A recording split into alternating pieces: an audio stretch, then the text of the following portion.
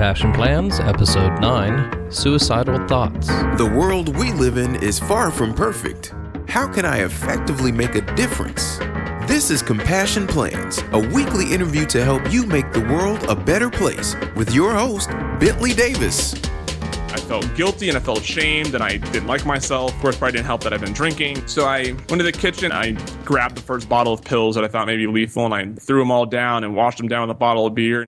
That is Timothy Lawson from One2ManyProject.com, sharing a very delicate time in his life when he attempted suicide. Timothy is here today to share how he's helping other veterans and other people who might be going through the same challenges. Welcome to the show, Tim. Thanks for having me, Bentley. It's a pleasure being on the other side of the microphone. I do 4 weekly podcasts, and so to be on the other side of the microphone and be a guest on another show is just always so exciting for me. Yeah, this should be fun. I usually like starting off the conversation by talking about compassion, which some people say is reducing other people's pain. So, Tim, what pain are you passionate about reducing? I'm passionate about reducing the pain of what would be the opposite of hope? The lack of hope. My vocabulary is not great. Despair. Yeah, despair maybe. But it's. Because the One2Many Project focuses on, it's focused on veteran suicide, but we talk about suicide as a whole and how you get there, suicidal behavior. People don't actually ever want to kill themselves. They just want to stop the pain. And a lot of times what goes from stopping pain to killing themselves is just they've lost hope. They've lost hope that there's a way to fix what's going on in their lives. There's a loss of hope that maybe people don't care anymore. And hope, unfortunately, is a word. I think it gets diluted a little too much in what we and how we use it in America and society and stuff. But it's still a very powerful word and how important it is in everybody's emotional and mental health. So that's the pain that I look to stop. Well, that is a very honorable goal to have. So you're a bringer of hope, or a reminder of hope in this case. Absolutely. You mentioned that you do 4 podcasts a week. Is that all this one project or different podcasts?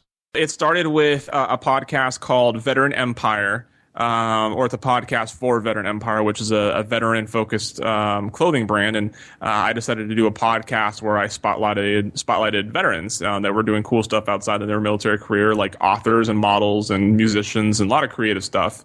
And I realized I was about 30, 40 episodes into that, and I was like, man, podcasting is so much fun. I love this, but I hated being limited to, I meet someone like, oh, I'd love to interview you. And I'm like, well, you're not a veteran. I don't really know if I can't really spin that on the podcast. So I was like, well, I should have different shows. And so I started doing one called The Romantic Comedy, which is just me and a friend of mine talking.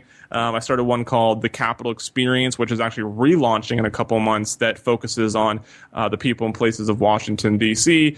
And then I have the One2Many Project, which is the newest podcast, which is sort of my focus point right now because of how important and powerful it is, where we tell the stories behind veteran suicide and get out the awareness and solutions through that program. How did you get the idea to do it on veteran suicide? I'm very active in the veteran space, both through Veteran Empire and through just my network is so extensive in the veteran space that I'm very. I don't actually have to go to the news to know what's going on inside the space. So, I was very aware of the suicide rates and stuff like that long before it hit mass media, before it was getting all this VA surge coverage and the scandals and stuff. And I thought that we did a really good job. We as like society, the military community, the mass media, we did a really good job of pointing out the problem. 22 veterans a day that was the last report from the VA, I think about a year and a half ago, and it stands still today that 22 veterans a day are killing themselves. Over 20% or over 50% of those veterans are over the age of 50, and I think at least 25 of those have been in combat. And it was great. We were doing great coverage on the stats and the epidemic and stuff like that, and then that's all it was. And it was the signal started becoming the noise. It was just this constant talk about the problem. And I'm like, we can't solve anything without starting a conversation about solutions. And so I just like anybody who gets inspired to do some charitable work, some sort of philanthropic work, I wanted to do my part. And the first thing I thought, like, well, I'm a podcaster, so I'm gonna do a podcast.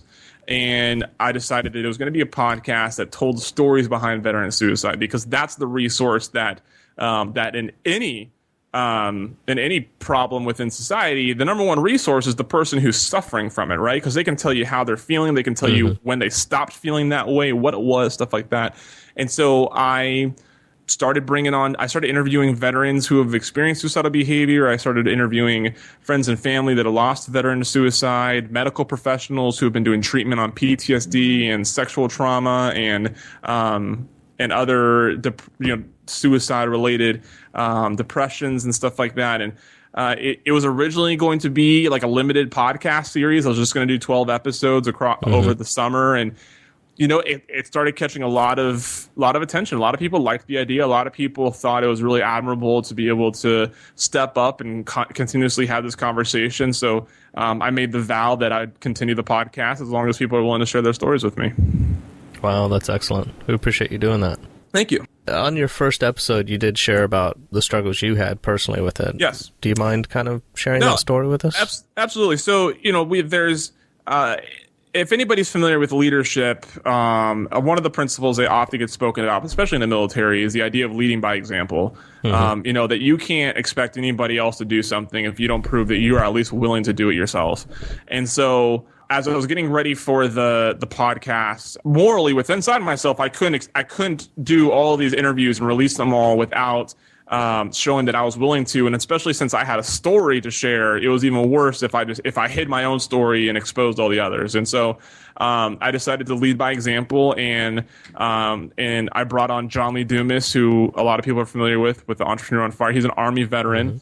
And so I brought him on, and he interviewed me on my struggles with suicide. And I've had a really interesting life when it comes to suicidal behavior and the mindset that I've had with suicide. There's been days where I've actually just contemplated it, like not in I want to kill myself, but like I just started thinking about what does suicide mean? Like what would it mean for me to get there? How would I do it? And I spent a lot because I think suicide's a really sort of fascinating concept in the sense that a lot of people view it as an escape. Some people view it as means to an end and all this sort of stuff. And I wanted to really figure out how I felt about it. And so I've spent a good part of my life really figuring out how I feel about suicide personally and how I feel about other people contemplating it. And one specific, there's one event in which I did attempt. I was home on leave, and I was at a party, and I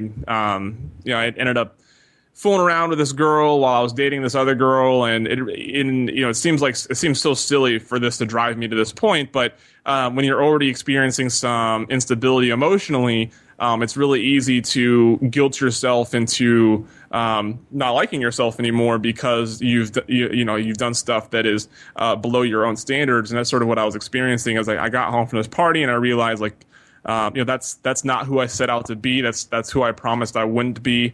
And I felt guilty, and I felt ashamed, and I didn't like myself, and of course, probably didn't help that I've been drinking, and so I went into the kitchen. I was at home, on leave, and I grabbed the first bottle that I thought may be lethal, and a bottle of pills that I thought may be lethal, and I threw them all down and washed them down with a bottle of beer, and just wondered if, for all I know, it could have been ibuprofen. I didn't really do, I didn't properly identify the brand on the bottle, but I knew that there were some muscle relaxers somewhere in the cabinet, and so I just sort of guessed and did it, and fortunately, I woke up the next day. My gut was twisted. I couldn't keep water down. I felt horrible. My body had just got done processing all these drugs, and that was the only attempt I'd ever had, and I haven't attempted since. I've had other days where I felt like the push to consider suicide was really strong, but I never really taken any action on it. Part of the whole project and the whole idea is to remove the stigma behind telling a story like this. A lot of people fear that they view you as weak, and people fear that that maybe they'll consider you to be unstable. And So I'm trying to use myself as an example in that. And, I'm, if anybody's ever met me, like I'm definitely not a weak person. And I, both emotionally and mentally. And, I also, there's a lot of courage that goes behind being able to share stuff like this. And if we can do if we can tell these sorts of stories, not just with suicide, but if we can tell, stories of sexual assault and, human trafficking and all these things that are really crippling society and our ability to be compassionate towards each other, if we can remove that stigma and bridge those gaps a little bit more, we can change the way we have these conversations and possibly start eliminating the cases. Yeah, no, that's very true, and I think that's a great way to do it. I like your idea of not just repeating the numbers, but getting the human stories, because that's easier for people to focus on, and as the numbers get bigger, we become numb to it. Yeah. Who do you think is the audience for this podcast? Is it just mostly veterans or people that live with veterans? Or I haven't gotten to gauge who my audience is to date. Going into it, my audience was mostly people who have been impacted by suicide in the military community and people who are fans of my other work. So, I got a lot of support from obviously friends and family, fans of the Veteran Empire podcast, and then a lot of people within the military community who have been impacted by suicide or depression and PTSD. They're interested in it as well. Now I think, I'm 8 weeks into it as of right now, episode 9 coming out very soon.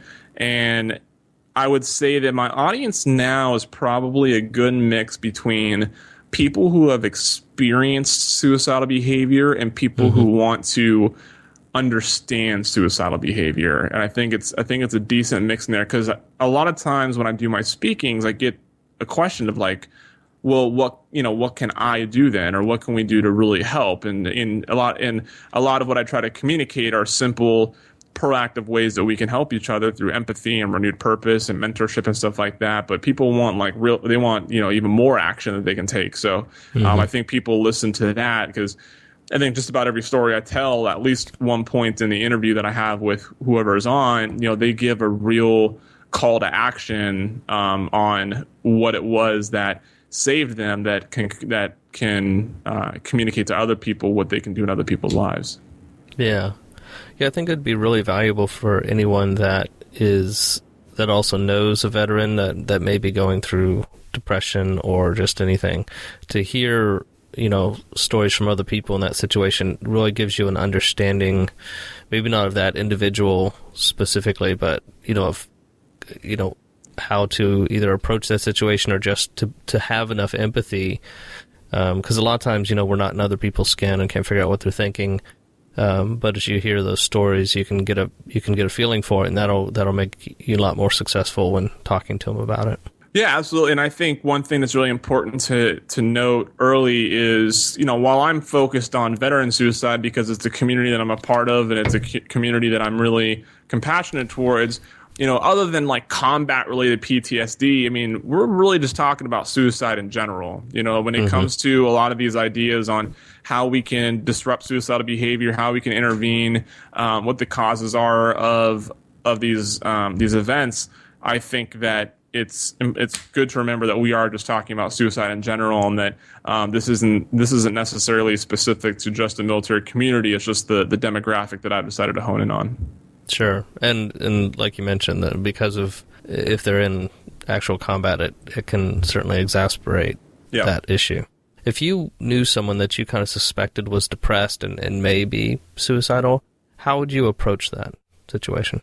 Yeah, that's a really great question, and I'm actually surprised at how that I haven't been asked that question more, because I think that's when we start gaining ground on suicide, that's the next question, right? Is okay, well let's go to the scenario, and how do you approach that? And one thing, so in the scenario that you notice depression, I guess I have to. Do I notice suicidal behavior, or am I just a depression at this point? Because I actually do have different answers for.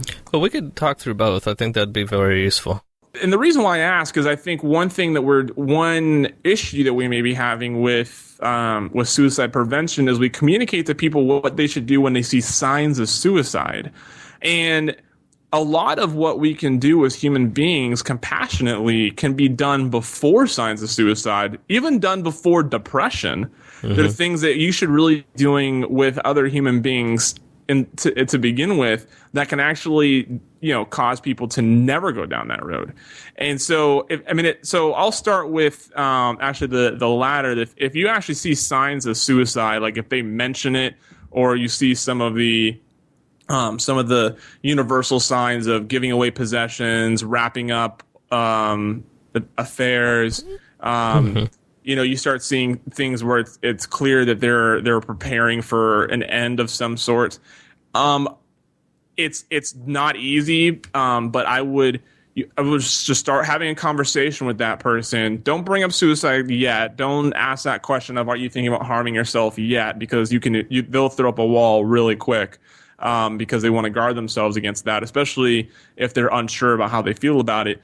But I would just start talking about things that you're noticing, like, hey man, I've noticed that when that you haven't been to poker night recently, or I've noticed that you're giving away some of the things that you really enjoy. Like, are you moving? Like, even ask stupid questions that aren't the truth, to try to get them to talk about it on their own, versus trying to ask, hey, are you thinking about hurting yourself, or are you contemplating suicide? Because there's a couple things that can happen with that. Is one, if you're wrong, they're gonna feel like that behavior is cueing that, and they're gonna be a little bit more reserved. And if they ever do go down that path, you may not get the chance to see the signs.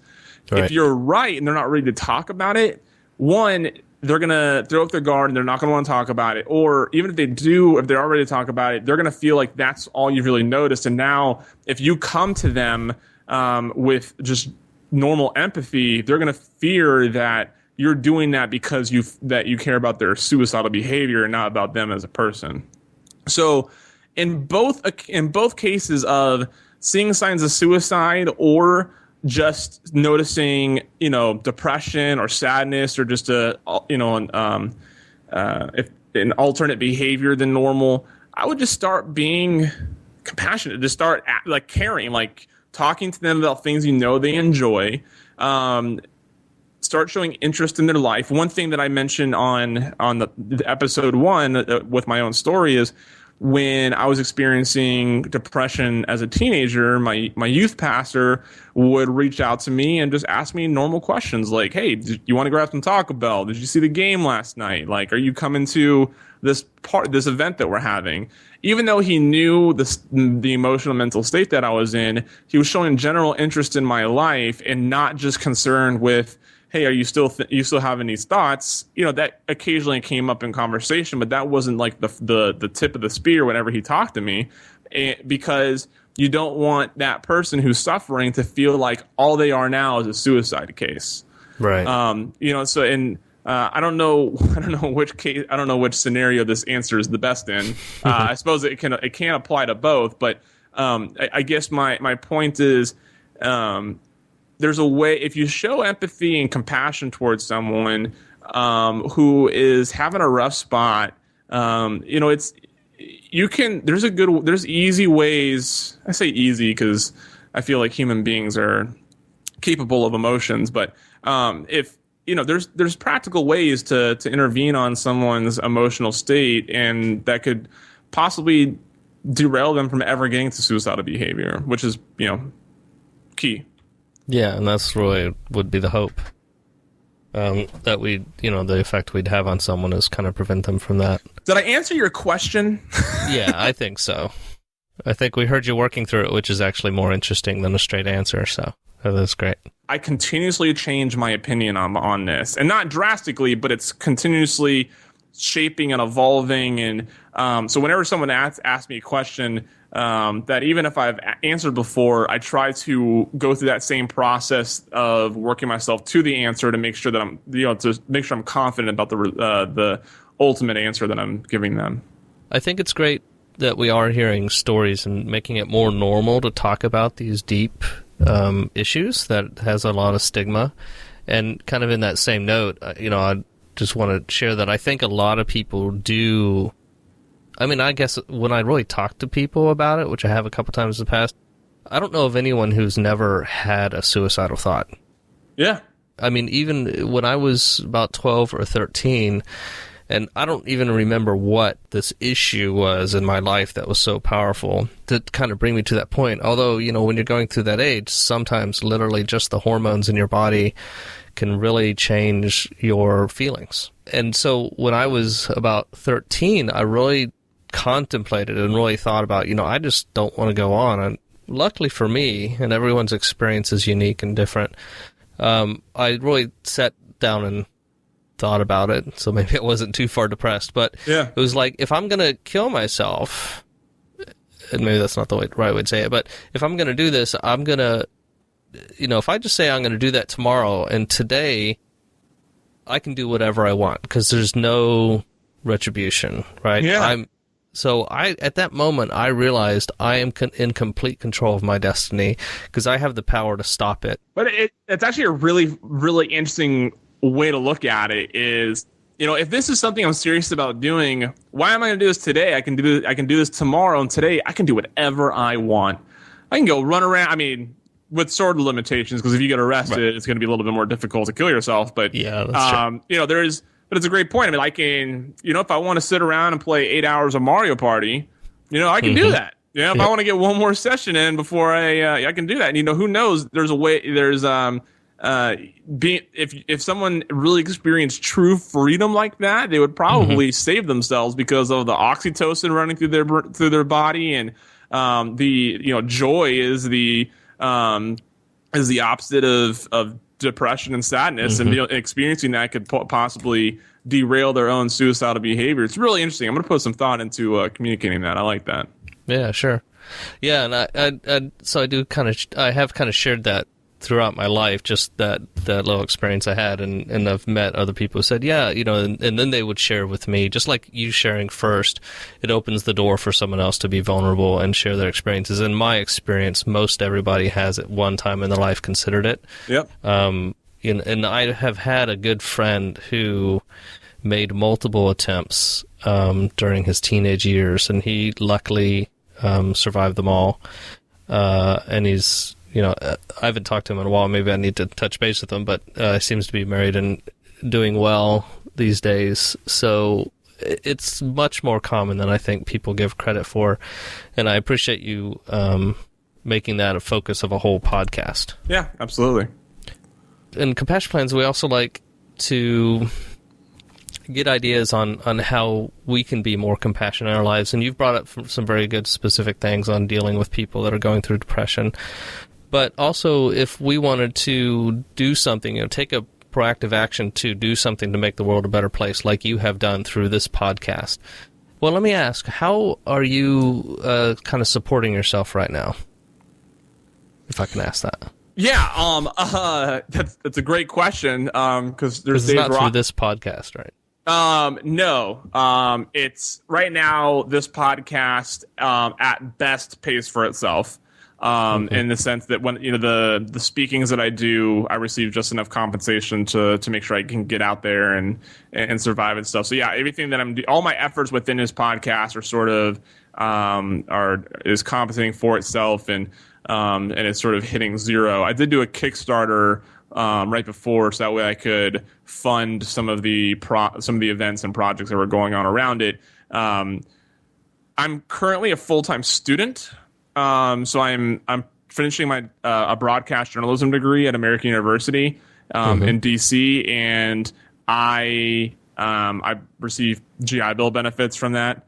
And so that's actually how I'm treading water through life while I'm doing all these podcasts and other ventures that I have, hoping that one of them catches traction. But One Too Many will actually most likely be incorporated as a nonprofit before the end of the year. Oh, that's interesting. So the 501(c)(3).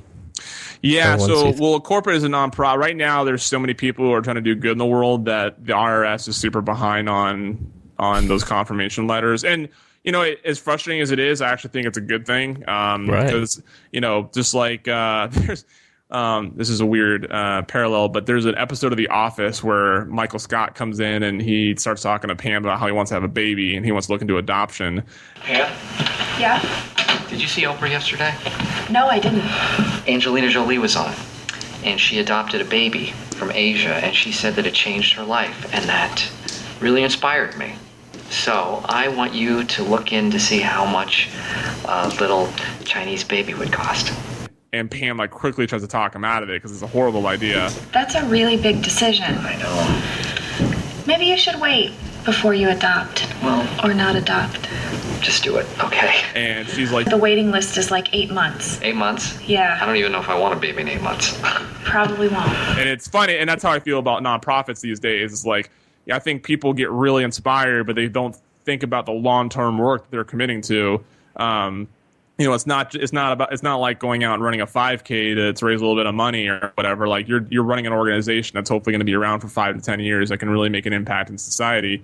I plan on incorporating as a nonprofit. The 501c3 confirmation will probably take a long time, but there's plenty of people that are in my corner that can help me, start building it and growing it. And I'd really like to see One Too Many as a project as a whole, not just focus on veteran suicide, but also put efforts into human trafficking, sexual assault, homelessness, other things that I feel like that society is really bad about when it comes to talking about things. Excellent. So the title would just really be when there's one, two, well, that's too many of anything. Yeah, so the whole branding behind it, I'm sure as you've seen, but for your listeners, it's 1, 2, many. And I branded it like that because visually I wanted it to look like once we discover a few cases, we realize that this is for lack of a better word, this is an epidemic. This is a huge problem in society. There's a lot of cases, but audibly, it still sounds like there's one too many of this occurring. So right now you're in school. You're doing 4 podcasts. Yes. How are you eking out time to add this other podcast to it? Just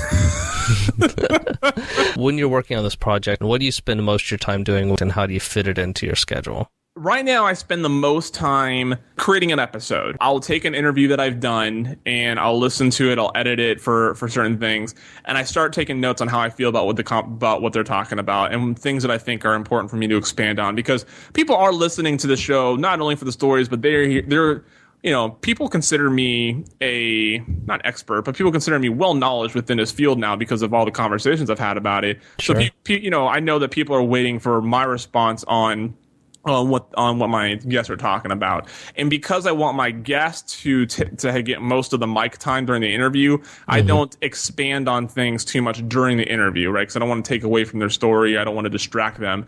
So I wait till after the interview when I can record on my own time my reflections on it. And I try really hard to put some real thought into those reflections and to think, okay, if a active duty member, if a young veteran, an old veteran, and a family member all heard this right now, is there something that I can communicate to all of them?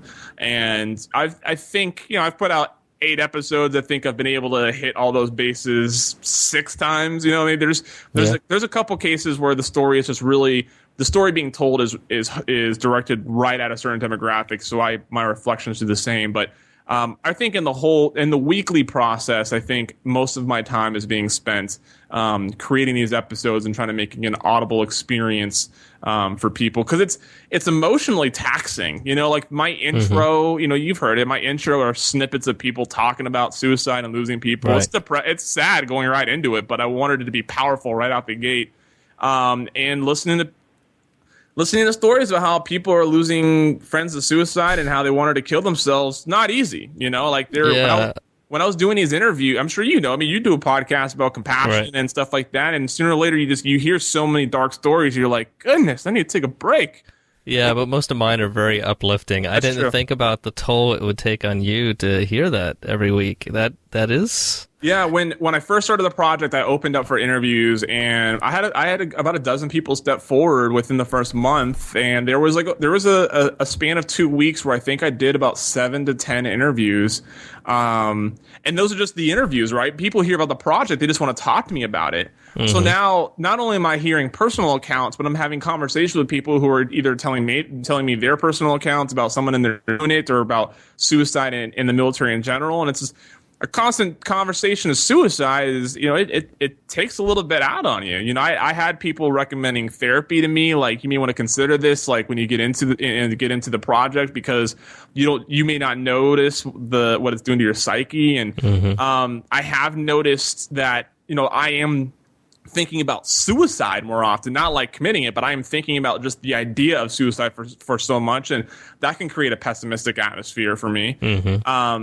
Fortunately, I still do things like Tim and Brandon's bromantic comedy, where right. I can take a break from life in general and just have a fun conversation with one of my friends. And I try really hard. I do a good job of taking care of myself emotionally. So I've been able to get past a lot of the weight that these conversations have. But to answer your original question, most of my time has gone into just creating this audible experience through what the interview is and what I can expand on it to make sure that, if people are deciding to listen, if people decide that that's the only interview they're going to be able to listen to because this is just too much for them, I want to make sure that they're still taking something out of that one interview.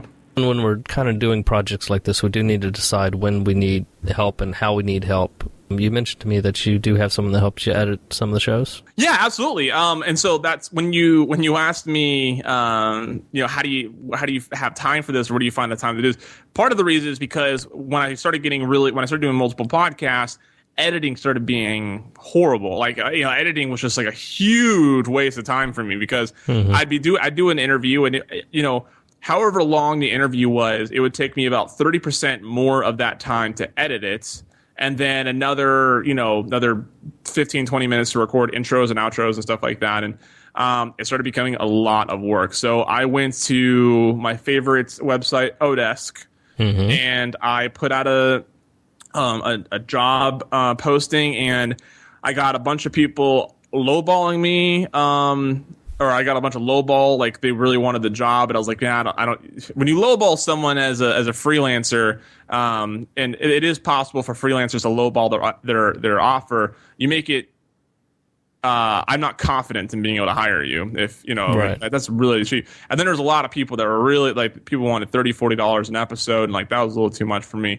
And then Zhao, this Portuguese guy, offered me, just nailed my offer right, like on what he could do and the price point, everything. And so I ran with him, and he did it exactly as good as I could have done it, which was all I really needed. I just needed someone who could replicate the quality of my work. And fast forward to today, he edits everything except for the One2ManyProject. The One2ManyProject, I still edit and publish it on my own, but Veteran Empire, Romantic Comedy, Capital Experience, other audio programs that I may do, he edits and publishes all of them, and it's been a huge, huge help. Over the summer, I had a virtual assistant who was helping me with posts on the Romantic Comedy, but right now it's just Zhao, and Zhao does enough with taking the audio editing portion out of my life, has done enough to free up so much other time for opportunities. Did you end up doing a live hangout for this project? I did one right before the project started, and then I did one or two afterwards. The idea was to have a Google Hangout every week to talk about the episode. The episodes weren't getting, the first few episodes weren't getting as many hits as we had anticipated. It took 4 or 5 episodes in to get to where my expectations were, and by then I sort of realized that maybe the hangout might be. At the time, it didn't really seem like it was bringing enough value for myself. It was the same couple of people having the same conversation, and I do plan on, as I move forward, maybe doing a monthly hangout, and then maybe bringing on one of the guests that have been on the show, and maybe that can bring a little bit more value to people wanting to attend, and maybe get a chance to actually directly ask them a question. But I've done more individual breakout sessions at conferences and education centers and stuff like that. And those have fulfilled my live audience and engagement enough to where I've sort of dismissed the Google Hangouts right now. Would you mind sharing what your expected numbers were or anything? Yeah, sure. So I was expecting 4 figures within the four figures on hits on each of the first 3 or 4 episodes out the gates. So after a week of being launched, I was looking at 4 figures, and I had the reason being was because of the numbers that I had a couple guests that were on Veteran Empire. They came forward and shared a story on One2Many, and I was like, well, if they got this many on Veteran Empire, there's no reason why I can't believe they're going to get this many on One2Many. Right. And then with John Lee Dumas being on the first episode, I was hoping that would catch a lot of attention, and it wasn't horrible. I mean, we got about half that. We were sitting around the 500 mark on hits coming out the gate, and it slowly increased from there. But yeah, it's of course you always have expectations, and I've always been really humble about my expectations. This was the first time that I had probably a little too confident of expectations on how well something was going to do, and so it was a little bit more of a blow to my confidence. But in the end, the podcast, for people who listen to podcasts, the project as a whole is still much more successful than I anticipated it could be. So, had to give some on the podcast, but I'm also taking some on the live speaking opportunities. Yeah. And I do want to maybe clarify for the audience, and we can take this off if we want, but the reason why you probably expected numbers that high is that you are kind of leveraging an existing audience. Yes. And you have had experience with other podcasts. If someone is trying this out new, a good 10 or 100 listens per episode would be a good target. Yeah, I mean, I'll be honest right now, the Bromantic Comedy gets 50 listens to an episode. We don't do anything other than push record and put into the feed, so we don't do anything to grow that audience. It's more for our own benefit, but not every podcast has to be super successful for you to either enjoy it or have a reason to do it or to do other things outside of it. I believe that the One2Many project, like you said, was going to be successful is because I was using the numbers similar to the other podcasts, and just through the reach that I was going to have. I had a lot of people who shared the first episode and stuff like that. And I think what it comes down to is people just don't want to listen to Suicide week to week. And that was something that I did fear. That was the one Achilles heel, I think, to the whole project was if people listen to episode 3 for the first time, there's a good chance that they may not want to listen to episode 4 just because they don't like how they felt at the end of episode 3, and that they just don't want to listen to the topic anymore. So people still support it and people still share it and, commend me for it. But I think repeat listenership is, really, really difficult when you have a program that has a sort of conversation. Yeah, that's an interesting problem to have. I was glad you kind of realized that going in. Yeah. Because that could be hard to swallow if you had been excited. Because it is doing so much good, but you're right, it's such a challenging topic that it's going to be hard to maintain an audience. I think my repeat listeners are people who really follow the project and follow me, right? So people who have had me at their conferences, people who are, I've actually had doctors tell me medical professionals telling me that when they heard it, they had their entire team listen to at least one episode before they went into another project or something like that. So I think, people are using it for different reasons. My repeat listeners, I think are just really supportive of me and the project, and I think they're just giving me that support. But it's going to, people look at it, they know it's an important project. But imagine being the average podcast listener and you stumble across this one, and you listen to a comedy show, an entrepreneur show, and you listen to maybe a travel and a social media show. It's kind of hard to shove suicide right in the middle of that without disrupting your cognitive path, and I get it. I don't blame anybody. I have a hard time even going back and listening to the shows because I've already done the interview and the editing. I got that's too much for me. fortunately, I know some of the people that I've had on the show, so it's like it's actually sort of there's a happy ending for me, and then all because like I actually talked to you, and you talked about wanting to kill yourself, so every day is sort of a happy ending for us because you're still here, right? But yeah, it's a problem that I knew I was going to run into, and it needs better coverage too. It's one thing that I haven't been doing.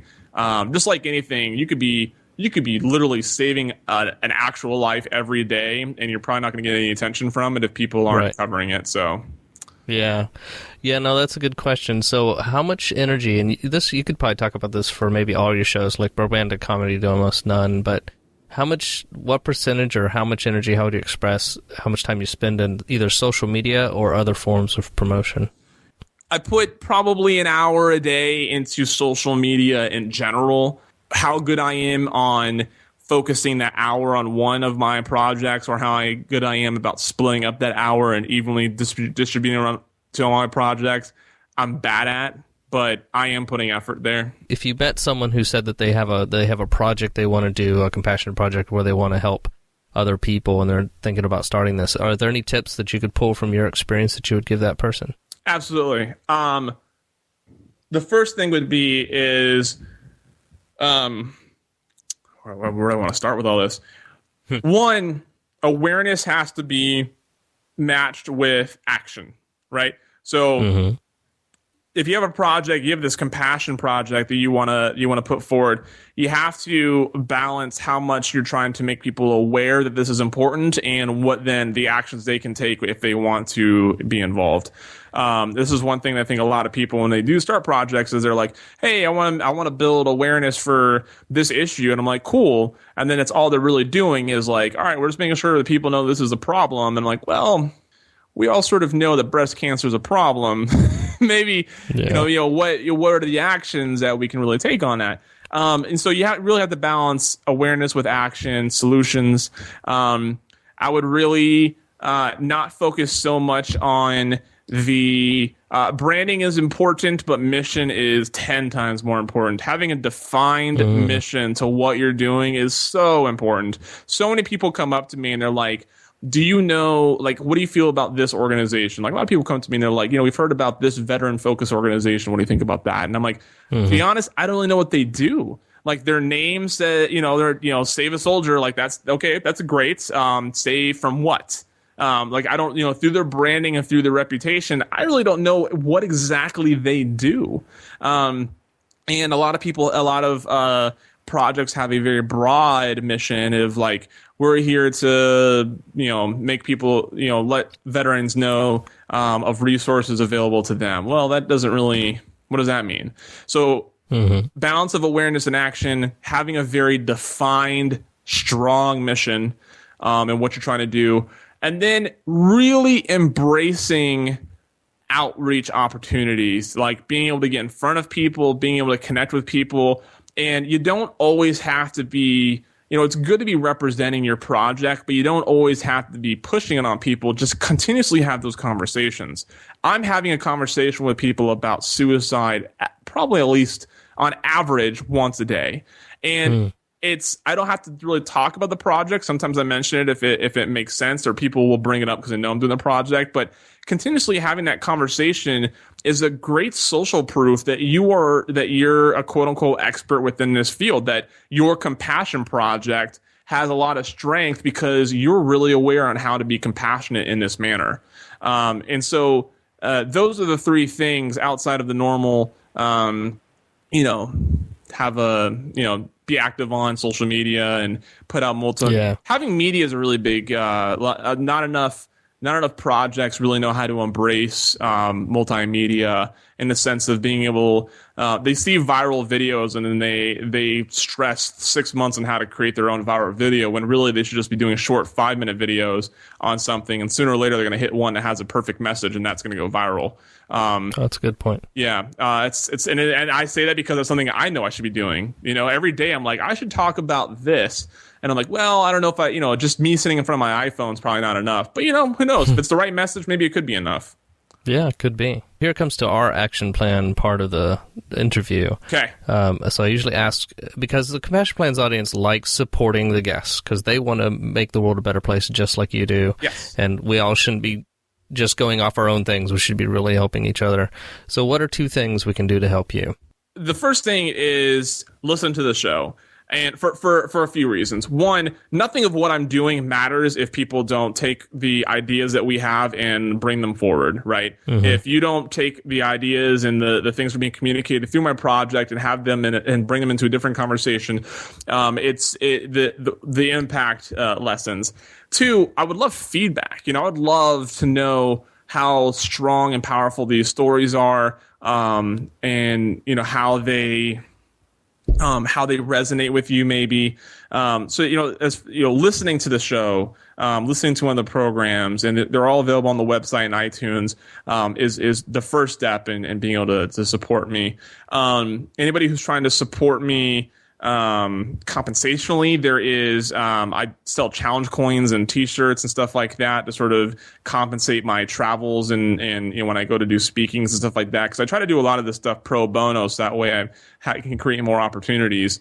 And the third one, if anybody wants to take some serious action, like if they're like, oh man, like this, I would love to have a conversation like this on my local community, local town, a conference, whatever, I am more than willing. I love talking to people in very different situations. Like, I've spoken to students at colleges. I've spoken to mental health professionals at conferences. I've spoken to the American Legion Auxiliary DC group conference thing. And I love bringing this conversation to people and being able to collaborate on different things. So I think, it's sort of a two-sided action, but the last one would be, I would love to collaborate either on a local event or on another program, or if someone just wants to conceptualize another idea of how to bring this sort of conversation to another community, I'd be honored, and it'd be a great way to move this project forward. Fabulous. And what's the best way to get in touch with you? I'm on Twitter at TimLawson21. You can tweet at me whenever as much as you want, and I respond to tweets I get there. One2ManyProject.com. It's ONE, the number 2, manyproject.com. There's a contact page that actually has my phone number, my email, and other ways to get a hold of me listed there. And then my email, timlawson21@gmail.com. Shoot me an email and let me know